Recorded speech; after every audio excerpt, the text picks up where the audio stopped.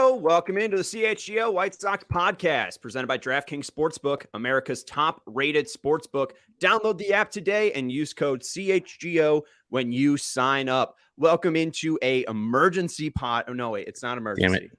It's not. What is it? An urgency pod. A crisis pod. What are we doing? Urgency. Is it? Remember the old crisis levels for the United States for like flight travel? It was like red was really bad, orange, yellow. What is this? A yellow podcast? Where's your level at here? For Mike Clevinger being a White Sox. It's like water in a desert. It's a oasis. When you get to it, maybe you get a drop, but it's delicious. You know what I mean? Because we haven't had a movement in ages, even though it's just the end of November, so the first month of free agency started. It's good. It's nice. Nothing to go wild about. Let's say that.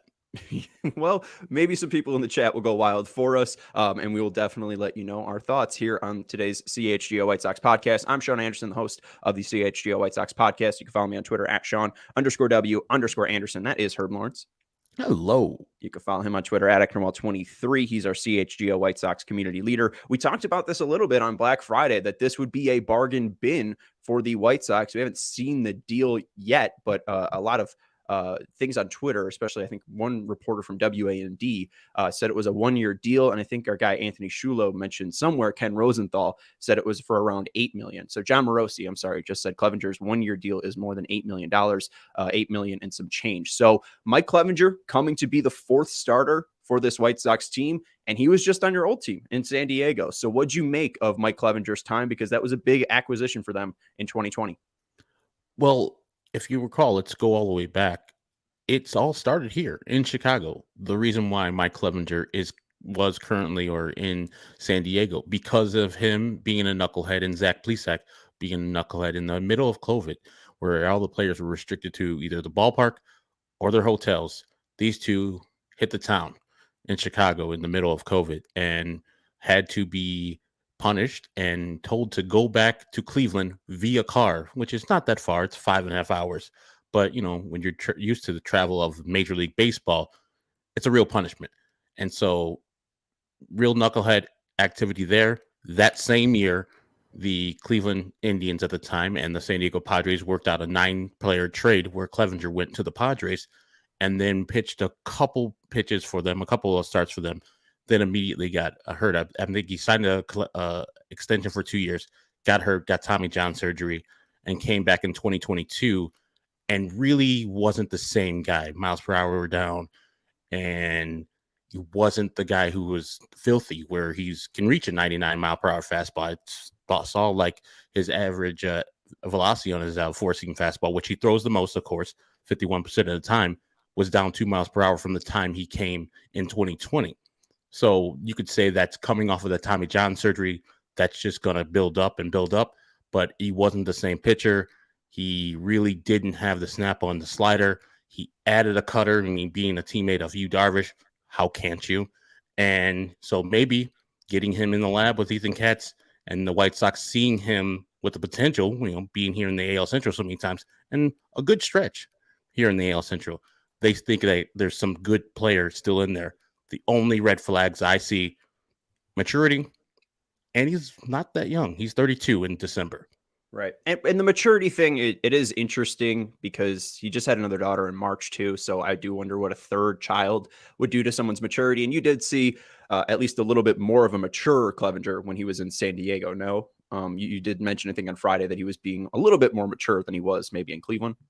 Yeah, he was. He's the one who came out the strongest against Fernando Tatis when he got popped for 80 games for PEDs. He was like, we need Fernando to mature. And I was like, you, Mike Clevinger, are telling Fernando Tatis that he needs to mature. All right, Kettle. Glass houses? Yeah, kettle and pot. What's up? But apparently, from my people in San Diego, I've not heard a lot of whispers that say, oh, that he's a bad teammate, or, oh, man, he's that or this. I've only heard positive things in his 2 years out there in San Diego, including, or it's probably more of a year and a half in San Diego, where the 2021 year was washed away because of Tommy John.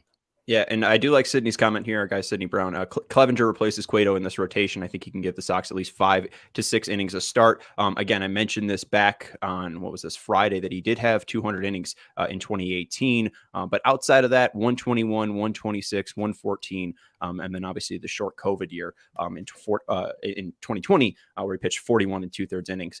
So I don't know if he's a workhorse, but if he is healthy, maybe he can give you around 150 innings. We do have a super chat as well from our guy Stefan Bardo. Thank you very much, Stefan, coming in with the $2 super chat saying too many negative fans. This offseason isn't even over yet, which is true. The White Sox got out there and really set the market in a way for, I guess, lower level starting pitchers. It's not top of the rotation, but I don't know if there was too many guys at the top of the rotation that are in the White Sox budget. The White Sox weren't going to go out and get Jacob deGrom, right?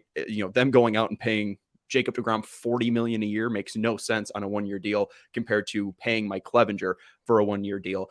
I'm excited about this deal just because it could be a boom potential. You mentioned him dominating the White Sox when he was here or last in Cleveland, 2.15 ERA against the White Sox in about 60 innings over his career, 2.15 ERA in 9 starts, 62 and 2/3 innings, a sub-1 whip. They did this with Pedro Grifol. Pedro Grifol was, whipping their ass each time he faced them since 2013. So if you can't beat them, have them join you. So I'm excited for this because the White Sox clearly had a fourth piece missing in their rotation. And now it seems like that fifth spot, it could be, Michael Kopech. It could be Davis Martin. It could be a mixture of them. And also the thing about Johnny Cueto, he's 36 years old. Clevenger's going to be 32 in December. So it's not that, they get a little bit younger here. So I'm interested in what he can bring. And I think the most exciting thing about him is I still think he's athletic. And that's the thing that I think they're trying to hone in on is if they can get that fastball back up to a higher level, miles per hour wise, I do think that his stuff can play because then that would increase the slider mile per hour. And we do know that clearly Ethan Katz has had a lot of success using the lower half, and something Mike Clevinger has always been good at is extension. I think he's in the top 90th percentile of extension, 88th percentile in extension for starting pitchers, showing you that he can extend off the mound, explode off the mound. And then, he's not the tallest guy in the world. So the extension at least helps get a little bit more distance or cuts down the distance towards the plate. So it gives the hitters less reaction time. But his fastball wasn't like Lucas Giolito bad, which I think is probably the most exciting. It's around 93.5 was the average for 2022. In 2020 and 2019 was around 95.1. So there's a little bit of a drop off there, but at least later in the season, he was averaging like per game around 94. So I think he could probably get back up to an average around like 94.3, 94.5. And when he was up closer to that level, his stuff got graded out very, very well. His control's always been decent. This past year in 2022, his grades for stuff and control grade very, very similar to Vince Velasquez, which is why I think they're going to bring back Vince Velasquez. It's just because if they like Mike Clevinger stuff, I think they still might like Vince Velasquez's stuff. And he just had a career year ERA. So I could see Vince Velasquez coming back, but Clevinger, if they're able to get that mile per hour back up, hopefully use a little bit more of his lower half. I do think that fastball is going to be better. I do think that slider is going to be better. And both of those pitches when he was on were negative run value pitches, like -20 and -11.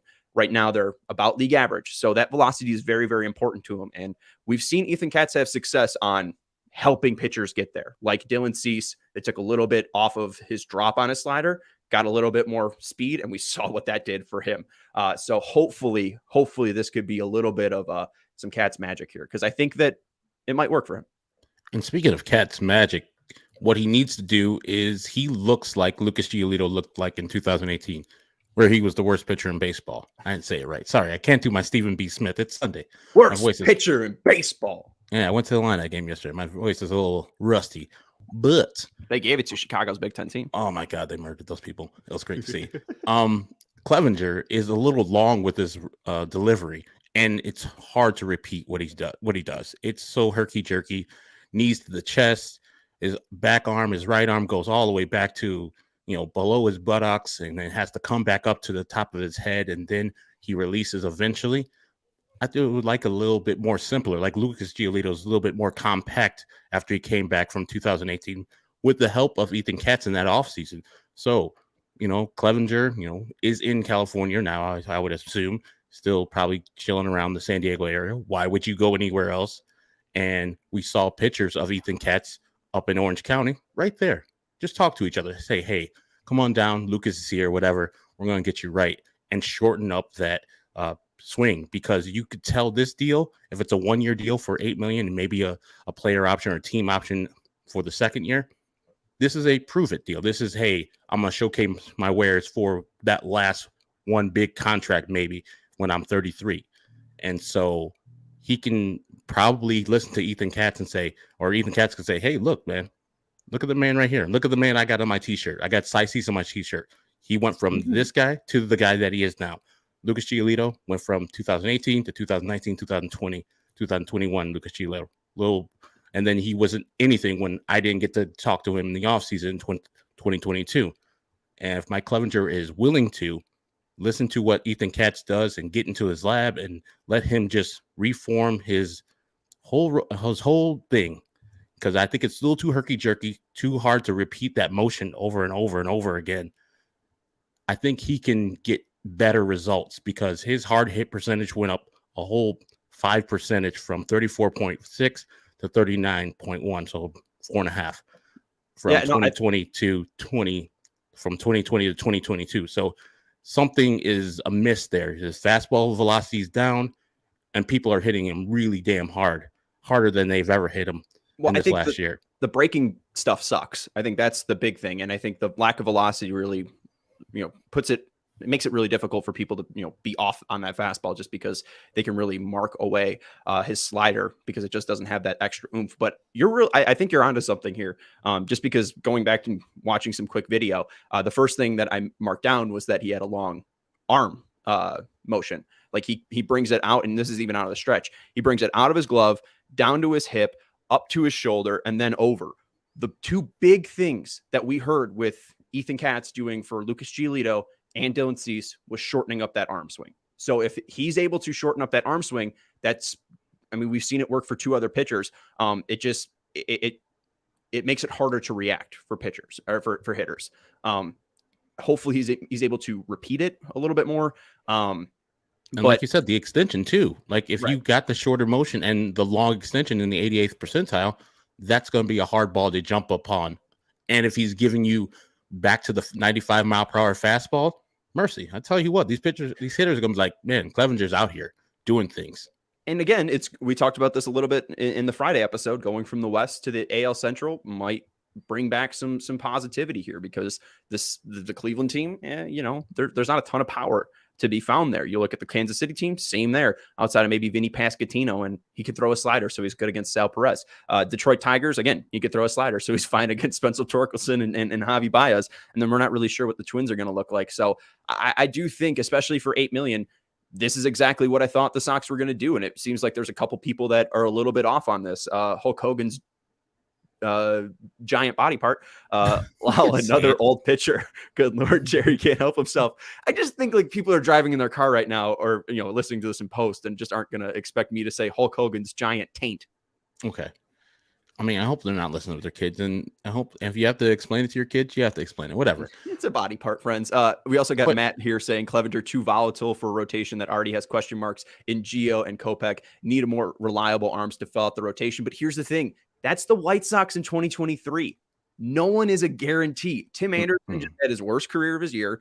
Yohan Moncada is an overpaid third baseman who can't live up to the potential. Yasmani Grandal is turning into a goaltender. Andrew Vaughn now needs to replace the franchise face in Jose Abreu. Can Eloy Jimenez play more than 100 games? Same question for Luis Robert. What's Oscar Colas look like? What's second base going to do? Can Kopech throw 130 innings? Is Lucas Giolito going to be crap again? There's a lot of questions. So Mike Clevinger is literally the least of my worries. If he is an okay pitcher, that's what they're paying him for. This seems like them trying to get Jock early on and them not being at his point. So they go away and sign Adam Eaton for $8.5 million. The White Sox identified Clevinger because I think of the arm motion as something that you're onto. He's got a good track record in the AL Central, and he doesn't cost a lot of money because the White Sox can't afford better.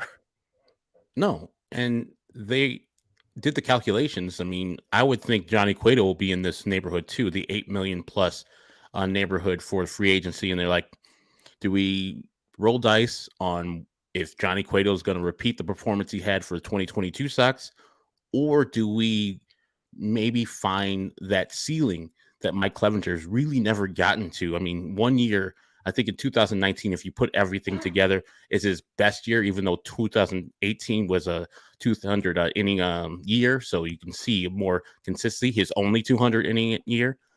But he hasn't really hit his potential, I don't think. That's what the White Sox are thinking. And they're like, okay, if we can just get this guy, this is one of those things. This is, if it doesn't work out, I don't think most people are going to be like, man, Rick Hahn sucks. But if it does, this is going to be a thing where people are like, man, look at Rick Hahn over here. Rolling dice and coming up with sevens, 7-11, 7-11, 7 backdoor Little Joe. Well, I want to bring up something about the Clevenger, like his durability. The only 2 years he didn't pitch 20 starts was his debut year, which he debuted in May 18th, and then 2020, which he ended up having Tommy John. But outside of that, he's made 20 starts. He's posted, and that's what the Sox need. The Sox needed Johnny Cueto to give him 20 starts. He ended up giving him 30. That was, more than they paid for. If Mike Clevinger goes out and gives them 30 starts, that's more than they paid for. Even if they're 30 starts of a 4 ERA, you're not going to expect Johnny Cueto to happen every single year, but you just hope it's not, a blow up. If it's not, as bad as who was an awful guy, Despagne, who else was Irvin Santana, right? Like, as long as it's not that bad. I mean, it could be even Ivan Nova. This is your 4th or 5th starter. We know Kopech can be really, really good, and we'll talk about the rotation in a little bit in a second here. But I think if you were expecting anything bigger, I think you don't know what team you're watching. It's just, if you're frustrated with that part, we all are. No one's upset at you with that. But I mean, this is exactly what we expected. This was one of the names we had in the bargain bin, and that's where your team shops. And it's unfortunate, but they always have a seat at the table. Yeah, if you guys missed that episode that we did on Friday, it was myself, Sean, and Janice Curio. We went through 15 players where we each picked out 5, and then we discussed, would we buy or sell on these players? I said no on Clevenger. I was like, no. And that episode is still up right there on YouTube. So if once you're done listening or watching this one, go back and watch YouTube or check our podcasts out at allchgo.com. I said no because of reasons. Maturity. I don't think that Ethan Katz necessarily can fix what is broken here. And I don't think Mike Clevinger might listen to what Ethan Katz is going to say. Just knowing the outside guy, maybe I'm wrong about the guy. Maybe he has a change of heart. Maybe he is a different person than the perception is in reality. I mean, in public. It might be humbling for a guy that got immediately extension, that huge trade package. And then this year he's only getting a 1-year deal for $8 million. He's got 3 kids. This might be a huge prove it year for him. And he might have all the right motivations behind him. I think the 2 biggest worries are, can he hold up? And from 2017 to 2019, he had about 80 starts and under 3 ERA. I'm excited for that. As AJ says, Clev has a lower career ERA than most of the free agent starters. And the other thing was, the thing in Chicago that happened once out of a 5-year career. You live, you learn. Some people weren't taking COVID seriously. That really doesn't seem to be an issue in 2023 MLB. A lot of the restrictions are reclined. If that's the biggest thing that he's got on his plate, I'm fine with it. It was something 2 years ago. I don't know. It could be worse. It could be last guys. Oh, yeah. And there's a lot more baggage there that I'm worried about. Yeah, don't get me wrong. As Sean said, I am not jumping through hoops or hooting and hollering down the street because the White Sox signed Mike Clevinger. Quite the opposite. I'm like, okay, good pitching depth, 4th or 5th starter that I won't get too hyped about. And he's going to be what he is. I don't think he's going to be spectacular. If I think expectations of Mike Clevinger in the 2023 season, fine. He's going to be a 4th or 5th starter where he shows up sometimes, and sometimes he gets blown up because he gets hit hard, and home runs are hit off of Mike Clevinger at a good pace. So that needs to be fixed too. So it's not anything where you're going to be, here, same old White Sox. Not really. It's the beginning of the spring free agency. This is a good depth move for the White Sox. at a reasonable price, it looks like, for me. Yeah, John Morosi did end up tweeting out that it is going to be more than 8 million. The guarantee with the White Sox is more than 8 million, sources say, for MLB Network. So 8 million, fine for me. It's around the Adam Eaton deal, and hopefully he turns into more of Adam Eaton than Jock Peterson, because that was plan A. This seems to be plan A, because I don't think anything else was going around it. So your plan A was a fourth starter. That kind of tells you where this offseason's going. I don't think we're getting Brandon Nimmo. Yeah, and multiple people have tweeted out that I think Scott Merkin has tweeted out the White Sox had interest at Clevenger back when he was a Cleveland Indian in 2020, when they were obviously shopping him because eventually went to that 9-player deal, and they just couldn't get together on a deal. Sources saying that Michael Kopech was part of that package, or at least the Indians wanted Michael Kopech back, because remember, Michael Kopech did not pitch in 2020. He took the year off to work on himself. And so remember, then there were a lot of people, and I don't know if I was included, they're like, you know what, might have to roll with Michael Kopech somewhere else and such. And I think White Sox fans would have been on 1,000 if they would have traded Mike Clevinger for Michael Kopech as a package. So they've been looking for Mike Clevinger for a minute, Rick Hahn and crew. Now they finally got him.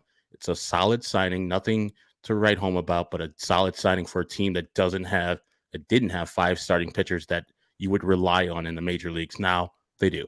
Yeah, and we'll talk about that rotation in just a sec, but we got to let you know about our great partners over at Greenridge Farm. You can come try some of their products on December 4th at our CHGO Bears tailgate. You can buy tickets there at allchgo.com, and diehards as well. If you are a member of our diehard program, you get 20% off to that event. But Greenridge Farm, they're a local meat and cheese company offering you a all-natural option at snack time, at post-workout time, at tailgate time. Maybe you're watching some games later after reading about the Mike Clevinger news.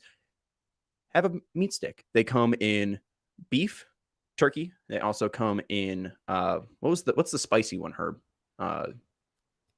I'm signed out of my email again. I don't have the ad. I think it's spicy chili. Spicy chili. Yeah. Thank you, Steven. And they also have a great selection of mustards as well. Herb loves the champagne honey mustard, and I love the chipotle mustard as well. And this Christmas season, I was going through Target. I know Steven Niss said sorry about your Target run being cut short. I didn't have that issue. But in the Christmas section, they had all these packaged gifts of like weird processed cheeses and everything. If you're looking for a meat and cheese gift this Christmas or this holiday season, go to greenridgefarm.com. Any 3 meat products you order and add code CHGO, you also get free meat sticks along with it. So this is going to be a great way if you have a Shane Reardon in your life, if you have a foodie in your life. Greenridge Farm is a fantastic, fantastic product. And again, check them out at greenridgefarm.com. And if you buy any 3 meat products at greenridgefarm.com and use code CHGO, you get a pack of meat sticks free as well.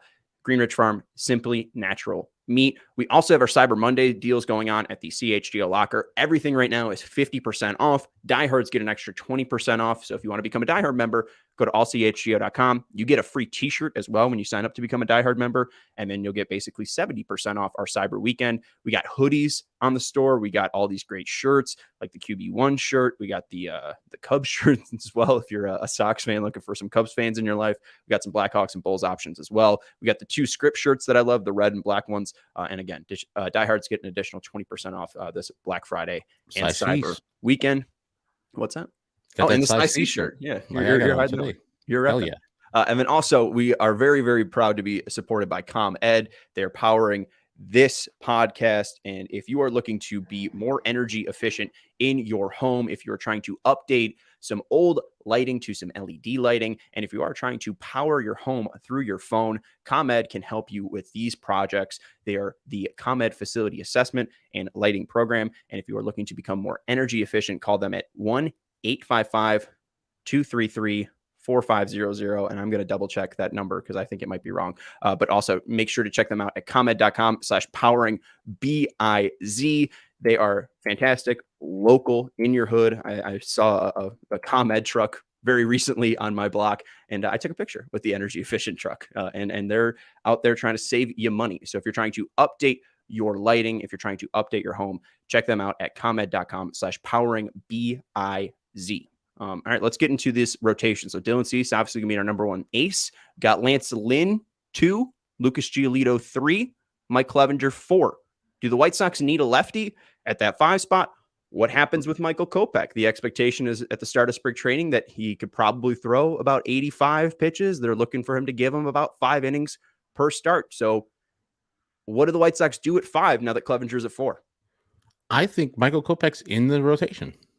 I think it's Cease, Lynn, Kopech, Clevinger, Giolito to start the year off. And that last 3 can be jumbled up however you need to.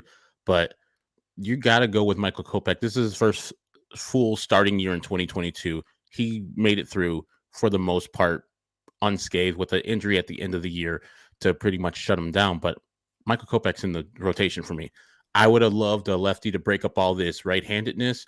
But as you said, Central currently is a bunch of right-handers all throughout. Like there's a teams like the Guardians who are switch hitting or left-handed heavy. So maybe a lefty starter would be advantageous to go and track down the 2022 AL Central champions and neutralize them and take some of those bats from the right side instead of the left side where Jose Ramirez can just hit a walk-off home run after walk-off home run. Josh Naylor can be in the lineup all the time, and guys like that can do damage like Jimenez. So, yeah, I would have loved – I mean, there's still time, and Mike Clevinger is not a end of free agent starting pitcher kind of guy. Like, oh, Mike Clevinger, we're good. We're done. So they can get another guy that we mentioned on our show, one of the other 14 guys that we mentioned, maybe a lefty. Maybe they can go and get Q. Maybe they can go and get another lefty that's out there. Andrew Heaney might be a little bit much, but I think a lefty in the starting rotation would have served the White Sox a little bit better, especially like I just said, Cleveland Guardians are left-handed strong, and they usually killed us with that left-handed hitting. Right. If the White Sox did sign him for about $8 million, they probably have about 16.5 left over. If they sign him for about 8.5, we thought the potential budget this offseason was about $25 million. So with that in mind, I think they don't go with another pitcher. I think there is the possibility of a Giolito trade, but if you're paying Mike Clevinger 8, I think you could pay Lucas Giolito 10. And I think that's a pretty fair deal for a third starter.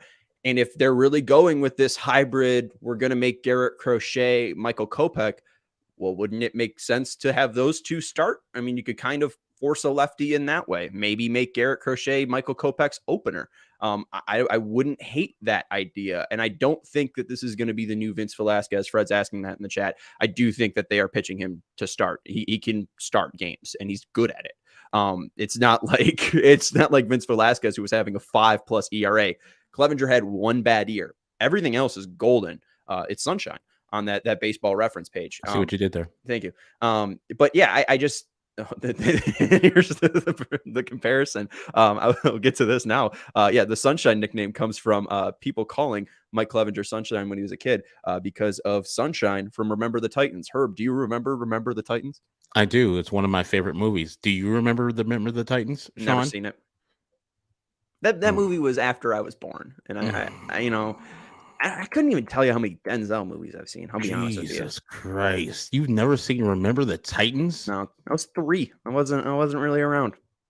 When I say one of the best movies I've seen, I'm not lying. And Denzel Washington, you should watch all his movies. He's great in every one of them, especially the Equalizer franchise. It's just, if you like John Wick, you'll love the Equalizer. I actually like the Equalizer more than John Wick. Yeah, I've never seen John Wick. I'm not huge into action. I think I've seen Glory. I've seen Philadelphia. I haven't seen Malcolm X. Ridiculous. Philadelphia, Glory, and Flight. I think those are the 3 Denzel movies I've seen. No Training Days. As Cortese said, Fences also great. But Remember the Titans it's based on a true story of teams that come together, interracial team that come together to play as they're integrated for the first time at TC Williams, and black coach takes over the helm, and that's Denzel Washington. And the quarterback there, Ronnie Bass, is transferred in from, I think, California, and that's why I say, he's from California. You know, this is good references I can't make with you because you don't get the goddamn references, jerk. No, it's great. It's a great movie. Great movie. I love that Donald movie. Faison's in there. Okay. I like Donald. That guy, I think his name is, I forget his name, Kirk or Kip, something like that. Kip Paxton or something like that. Yeah, Kip Purdue or something. Kip Purdue. Awesome quarterback. The Donald Faison and Zach Braff Xfinity commercials are really getting me, but I don't think people care about that. No. Connor saying, Sean, I'm younger than you and I've seen it. Yeah, I know it's been on. I've had chances to see it, but oh well. Let's talk about Giolito trade. It doesn't make sense to me. Like, I don't think we've heard major league for major league trade, but do they go and get a lefty bat then? I always thought that if they were going to make a trade, they would be for a pitcher. We've heard Brandon Woodruff or Corbin Burns thrown around. I don't think that Lucas Giolito is getting traded. I haven't really bought into the idea that they're going to be trading anybody. $6.5 million. I think you could go get Gene Segura for that, fill out that second base spot. And then they have about maybe around $8.5 million more to try to sign a left fielder. And this is based off of what they said their payroll is going to be around the same that it was in 2022. And we're basing those off of those numbers, right? Yeah. The projected payroll we had with like 20 people on the roster was about 150. And with those comments about Hahn, I think it placed the budget at 180. So this should put him at like 158. So they basically have 3 $8 million deals they could sign, or about $16.5 million to divide up around somewhere. But I don't think they're going to trade. I think you have 5 starters there, and you have Crochet and Davis Martin to be potential depth. And I'm not against signing more minor league depth guys and maybe some guys that have more baggage to them than Clevinger. But I really don't think it makes sense for them to add another pitcher. It just second base is such a huge hole. Left field, such a huge hole. And this allows them to attack those markets more aggressively. And I'm excited for that. Them getting this off the deck. I mean, there's not a lot of people that have signed so far. Tyler Anderson has signed, Anthony Rizzo signed, and that's about it. Like, not a lot of people have truly locked up a contract. So the White Sox are early. They're being aggressive. Let's keep it up though. And let's get a second baseman. Let's get a left fielder in here with the extra money. And with the people who want Lucas Giolito to be traded, I get it. Bad year, and some have been wanting this since the sticky stuff and the Josh Donaldson, and you saw the drop in velocity and all these things. There's a lot of rumors and conspiracies going around the Twitter sphere.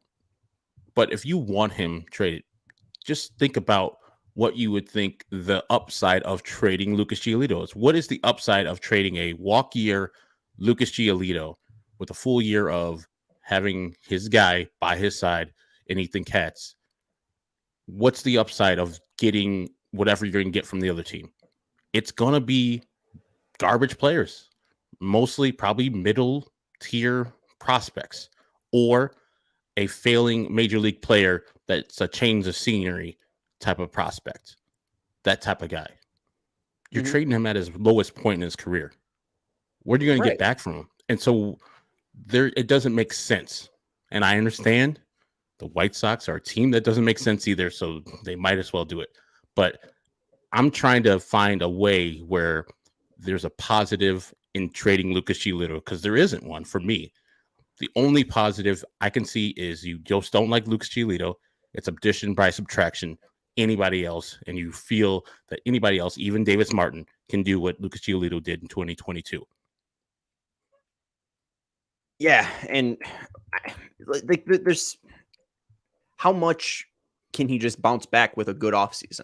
We could see how much it hurt him to have a bad offseason, but what if he has a great offseason, right? What if he is in the best shape of his life and he's not 25 pounds over his normal weight, and he's healthy, in shape, ready to go, and ready to prove himself on a huge contract year for him? I don't know. The White Sox have invested a lot in him, and I don't think they can fill out second base adequately or left field adequately. Like, it is the lowest value that he has right now.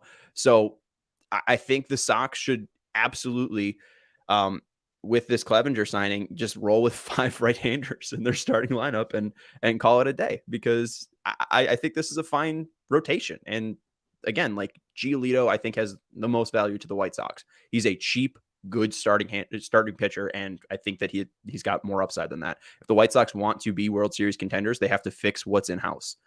So again, like, Ethan Katz is the guy who can fix Lucas Giolito, and I think Lucas Giolito is the guy that can fix himself too, because he just doesn't have to be, he doesn't have to be 25 pounds overweight and hurting his oblique and throwing his mechanics out of whack. And Sean, I think you want to be mad again? Sure. The White Sox not only didn't tender or didn't offer a contract to Carlos Rodon last year, they non-tendered him the year before. So it's been twice they've rejected Carlos Rodon where they could have just had him for a little bit longer if they would have talked, hey man, we know you're hurt.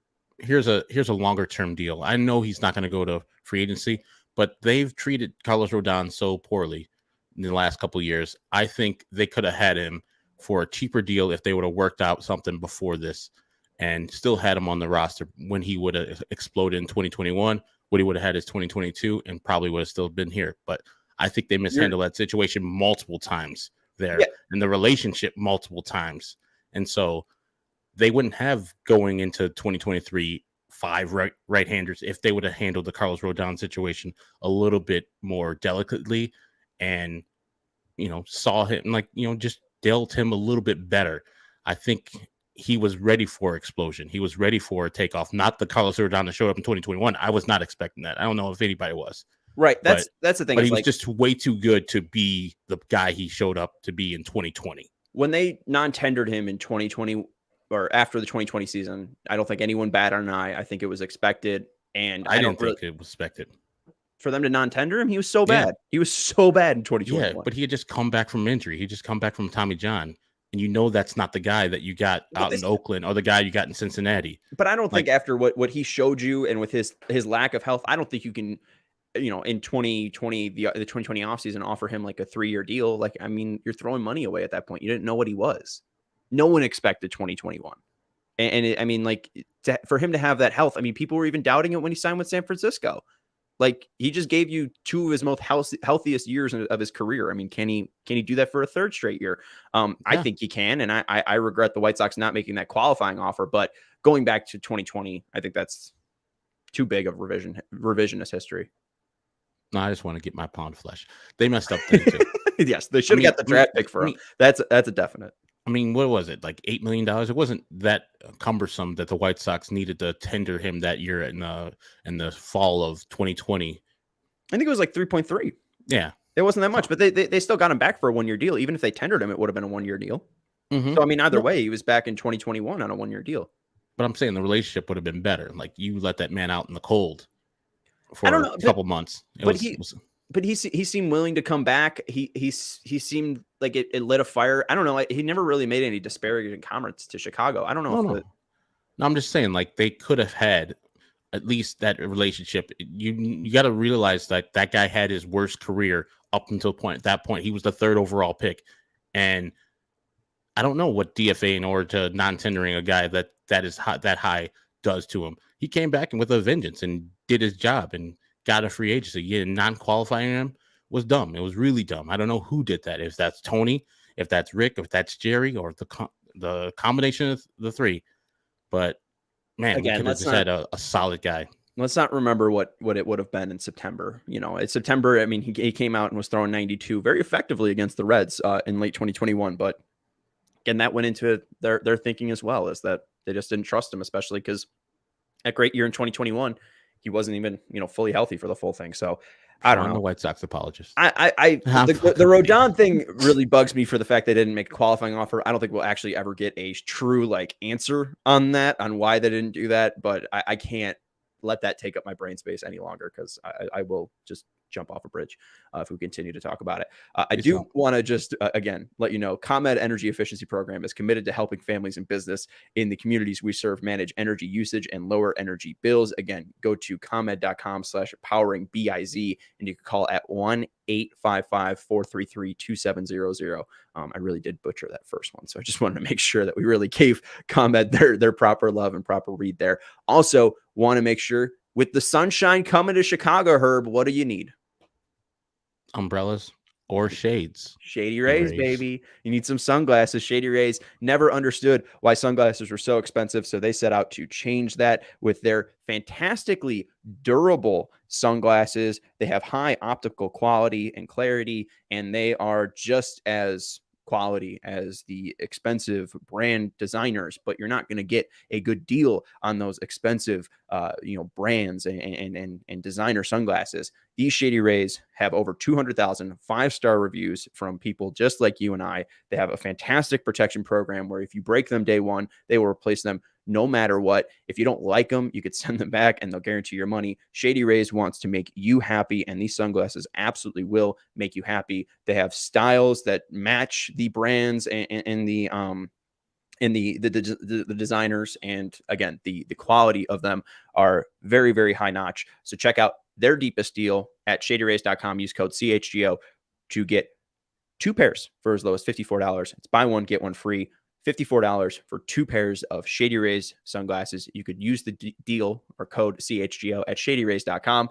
And again, fantastically made sunglasses. And our next partner, I do have this one, AG1s. They've been a partner with us for over 9 months. And I've been taking my AG1s for those 9 months. And it's a better way to get your multivitamin. It's a better way than, just taking a pill. With one delicious scoop of AG1, I absorb 75 high quality vitamins, minerals, whole food source superfoods, probiotics, and adaptogens to help me start my day right. This special blend of ingredients supports my gut health, my nervous system, my immune system, my ability to energy, recover, and focus. It is an all-in-one helper, right? You don't need all these different multivitamins. You don't need to be taking 3 different pills. Just drink some AG1. It's lifestyle friendly, whether you eat keto, paleo, vegan, dairy-free, or gluten-free, and it costs less than $3 a day. You're investing in your health, and it's cheaper than a cold brew habit. It's cheaper than a soda habit. And Athletic Greens has over 7,000 5-star reviews. So right now, it's time to reclaim your health and arm your immune system with convenient daily nutrition. It's just one scoop in a cup of water every day. That's it. No need for millions of different pills and supplements to look out for your health. And to make it easy, Athletic Greens is going to give you a free 1-year supply of immune-supporting vitamin D and 5 free travel packs with your first purchase. All you have to do is visit athleticgreens.com/CHGO-SOCKS. Again, that's athleticgreens.com/CHGO-SOCKS to take ownership over your health and pick up the ultimate daily nutritional insurance. Whew. All right. Any more on Mike Clevinger? No, I just want to, before we go, and I know it's one last segment, wish our guy, Eloy Jimenez, a happy birthday. Yes, Hey. Eloy, I'm trying to trade you to the Seattle Mariners and other teams because this team has put me in that position where I got to trade good players off of this team to get good players on another team. But happy birthday, young player. I hope you do well. I hope you're healing up. They're coming to get me for my thoughts. I hope. All right, that's enough. I'm coming. Just wait. Just wait downstairs. But I hope Eloy Jimenez is having a good time down there in either Southern Florida or wherever, the DR. If he's enjoying his time, I'm enjoying his time too.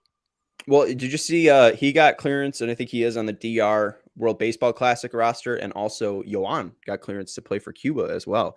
So we got Tim with the USA, we got Yoan with Cuba, we got Eloy with the DR. Any other guys we got to watch out for? I mean, I'm assuming Abreu will be on Cuba, so I think Luis Robert also wants to play for Cuba too. I hope they don't allow that. Yoan Moncada got clearance, I would think that Luis would get clearance. You think? I understand he's got more of a injury history. His wrist too. I mean, but it's been a whole offseason. His wrist is fine now. I don't want. I mean, the honor. I mean, the honor to play for your country while being a major leaguer, and the Cuban situation in particular, where these guys have been away from their families and not representing their home country in a while. And so I think it's an honor to represent your country, especially as a Cuban who has fled the country and now has made millions here in the major leagues, to go back and do what you need to do and represent your country correctly on the baseball field. I would imagine El Duque out there too.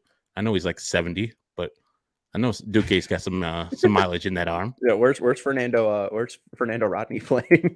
Where's he going to be? Oh, he's still in Lidom as well. So he's still playing somewhere. I'm sure he's going to be in the DR. I'm bringing his Plantano. They probably got better pitchers. I don't think they need him now. Well, they definitely don't need him. Dominican Republic is my odds-on favorite to win this WBC. They got everything. Cuba has not announced their roster, I don't think. So I'm not sure. Oh, and this one, Sox on 35th does say Moncada and Robert. So they both were approved, and they will be on the preliminary roster for the 50-man. So they will likely have permission to play. Abreu, though, and that was brought up by AJ. Not sure if he can play because he defected. So that might be something that would be pretty bummer because he's the best Cuban player of all time. And he ate that not all fake time, but passport too. recently. What's that? Oh yeah, he ate that fake passport too. That's crazy. Just a harrowing story that Jose Abreu went through to get here to play on 35th. Man, I mean, just ridiculous stuff there, and he's an MVP, and I mean that's I don't want him to leave, but that's the White Sox for you. Anyways, final thoughts here. I don't think they're going to go after another starting pitcher unless it's a minor league deal. Al Red asked about Sean Manaea. He is a lefty, but I still think that he'd get a major league deal. I think you're probably going to hear, there won't be as popular names, but for Clevinger, this is people for 2017 to 2020 who have a minimum 450 innings pitched. Mike Clevinger was a top 20 pitcher in baseball, just above Zach Wheeler, Luis Castillo, Jose Barrios, Yu Darvish, Blake Snell. So this might be a huge signing for the Sox. It might be a huge budget bargain bin signing for them. And I think for $8 million and change, great job, Rick Hahn, and stay aggressive. I don't want the White Sox to be behind on any of these things. They saw a starting pitcher that they liked. They went out and got him. They were one of the first to go get a starting pitcher. Go out and get the second baseman you like. Don't wait around. Left field as well. Don't wait around. Keep this good mojo going. Keep the deals coming. I like this deal for the White Sox, and I think it's not a huge name, but the huge names are the guys that are already on the roster, like Tim, Robert, Moncada, Vaughn, Aloy, those guys, Giolito as well. Those are the guys that need to step up. Clevinger, great signing, I think. One of our producers the last couple of weeks has been Kevin Wells, and he said big deals brewing. Is this a big deal, Sean? No, because you don't know what he will be. But for fourth starters, this is exactly what the Sox needed to do. In Conforto, Wolf Larson brings that up. If that's the next move that the White Sox make and they get him for around the deal that they want, around $12.5 million, let's go. I mean, that's a great first two. They get him for $12.5 million, Sean. $12.5 million. There's no way. Maybe they give him 12.5 and then the player option for next year's like 20 or something. And, he gets the ability to opt out, and they do the Boris thing with Rodon. I mean, that was the rumor, is that he wants a Rodon like contract. So it probably means he has to take a certain amount of at-bats or play a certain amount of games. And if he hits that, we know that Michael Conforto is usually worth about $20 million. I mean, the White Sox should be doing deals like this. They should be doing guys on former top 20 pitchers who had Tommy John and could bounce back. They should be taking shots on Michael Conforto, who messed his shoulder up at a wedding, but before that was a top free agent signing. And I would have been happy if they made him the first $100 million player in franchise history if they signed him to like a 5 to 6 year deal. I would have been fine with that last year, and that just didn't happen. But if they got Clevinger and they got Conforto, that's where the Sox should be playing. Guys who aren't superstars, but who can be really, really, really talented players when surrounded by a great team like Conforto and Clevinger. Any concerns with Mike Clevinger having 2 Tommy John surgeries? How many people? I know 3? I think Darvish has had 2. I think Nate Eovaldi's had 2. Jameson Tyon's had 2. A couple other pitchers who have been pretty decent and successful in the league have had multiple Tommy John surgeries and have bounced back and been better than they were before the Tommy John surgeries. That's the only thing. Like, I think the death nail, if I'm recalling correctly, having your 3rd Tommy John surgery is pretty much game over. Well, I mean, there's some pretty big names that have gotten it. Jason Isringhausen has had it 3 times. Josh Johnson, former starting pitcher, 3 times. Jared Parker, former three times. He was in Minnesota and A's. Johnny Venters, notable former relief pitcher for the Braves. So yeah, I mean, 2 isn't the death, and he just pitched 20 games. So let's just see how he bounces back. And again, the big thing I think we've noticed is it seems like he can shorten up his arm action, which would hopefully put less stress on his upper half. And then hopefully, again, Ethan Katz using the core velocity belt, showing what he's been able to do for the lower halves of Carlos Rodon. Hopefully he's able to do this with Mike Clevinger as well. And I think it could pay off hugely for the White Sox. The way this goes wrong is if he just continues to stink, his fastball doesn't get any better, and, he's around a 4.50 ERA, but that's fine for a 5th starter. Like, he's fine. Is that what we're expecting? We're going to be like, if Clevinger is Clevinger from last year with the Padres, that's fine. or do you need a little bit more? I think that'd be fine. I think Clevinger last year, and again, 23 games started. Thanks, Steven.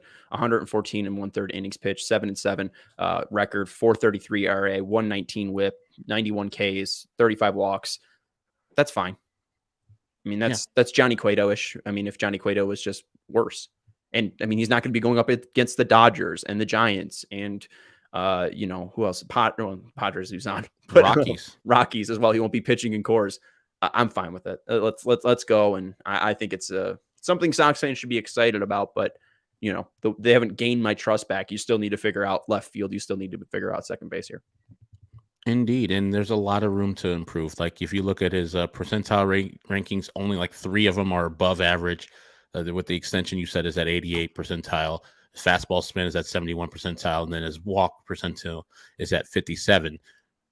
He has a lot of room to improve. Curveball spin is at the league low, so is K rate, barrel rate, all that stuff. So if Ethan Katz can get him, and he's willing to listen to Ethan Katz, that's a big thing. Willing to listen. Like you're not that good, Clevy. You're at rock bottom of your career. Let's build you back up. Listen to what I say. And we maybe make that cutter work a little bit better than it did when you're out in San Diego, because Yu Darvish is a special specimen. You shouldn't be trying to, repeat what he does because he's Yu Darvish. Right. Mike Clevinger is not Yu Darvish. Breaking news. But hopefully he realizes that, and again, maybe being a little bit in a lower position in the rotation will help out Clevinger. And you mentioned the fastball spin too. At least we won't have to hear about that. His fastball spin was about where it was in 2018 and 2019, so we don't have to hear about spider tack with this guy. So yay. So that's the good news here. So let's do it. Let's wrap this up, and we'll be back tomorrow with more Clevinger reaction. Hopefully we'll have some people we can talk to about Clevinger. Maybe I'm reaching out to my San Diego people. We'll have a San Diegan on tomorrow's show. And if we can't get a San Diegan, maybe we'll settle for a Clevelander. But I think the only one we like that is Shake. We're not going to talk to Clevengers, except for Shake, but I wouldn't consider a Clevender, more of a Youngstowner. Yeah, she's what's it called, Cleveland suburb. So we don't have to tell her. It's Cleveland stinks. I mean, everybody knows that. Everybody knows that. Mike Clevinger knows that. Except for Drew Carey. Do you really want to listen to his opinion? It's Drew Carey, folks. I mean, he's a Marine biologist. Veteran. No, he's a Marine veteran. Drew Carey was in the Marines. Yeah, he was. Doesn't look it, but yeah, he was a Marine. Really? No, seriously. Oh. And from most accounts, pretty solid guy. And I want to meet him because I want to go on to The Price is Right and play that game like it should be played. How should it be played? Correctly. What does that mean? If you're the last person to bid on Contestants Row, it's either $1 higher than the highest bid every time. So every single time. So you just be sitting at the last one and just be. I mean, if I was so lucky, yeah, there he is. That's crazy. That's Drew Carey, folks. Drew Carey. That's going to be Mike Clevinger as a White Sox. They're going to clean him up. The blonde hair, they're going to clean him up. He's going to be all clean. He's going to be not partying out on Michigan Ave and other places where people party. River North, maybe. That's going to be clean cut Mike Clevinger. He's going to come from that San Diego Naval Base, and he's going to come over with that clean look. And Mike Clevenger's going to be ready to pitch his ass off for the White Sox. But that's going to do it for the CHGO White Sox podcast. I want to give a huge shout out to Joey for getting us a graphic that is out on Twitter for the Mike Clevinger thing. I want to give a shout out to Lawrence and Casey for helping us get this all set and rolling. Shout out to Jake as well for getting this. What's not emergency? Urgent podcast. And thank you, obviously, to Stephen Nicholas for producing the show and spending the last hour with us. We appreciate you, Stephen, for being around and have fun with the Blackhawks tonight. We appreciate everyone for watching us. Make sure you subscribe to the CHGO Sports YouTube channel and like this video. We've had consistently over about 60 to 80 people with us, so it's been fun hanging out with you people with this White Sox news on a Sunday. Thank you, Greg, other Sean, Connor, our guy. Connor brought up that Mike Clevinger is a Grateful Dead guy, so Vinny's going to be happy about that. He was emailing me about Jock Peterson. He emailed me on his honeymoon and he said, did Jock Peterson accept his qualifying offer? I said, yeah, he did, Vinny. And he said, is Cody Bellinger an option? And I said, are you a score caller? What are you doing? Go to your honeymoon, you weirdo. Yeah, stop paying attention to anything. Stop. I told him Mike Clevinger was a White Sox though, so he'll probably be really excited about that. But we're excited to talk about this tomorrow, live on the CHGO Sports YouTube channel at 4 p.m. So come join Herb and I tomorrow. Make sure you subscribe and like the video. And again, thank you very much for watching. Thank you to Steven producing. We will talk to you tomorrow. Go Sox.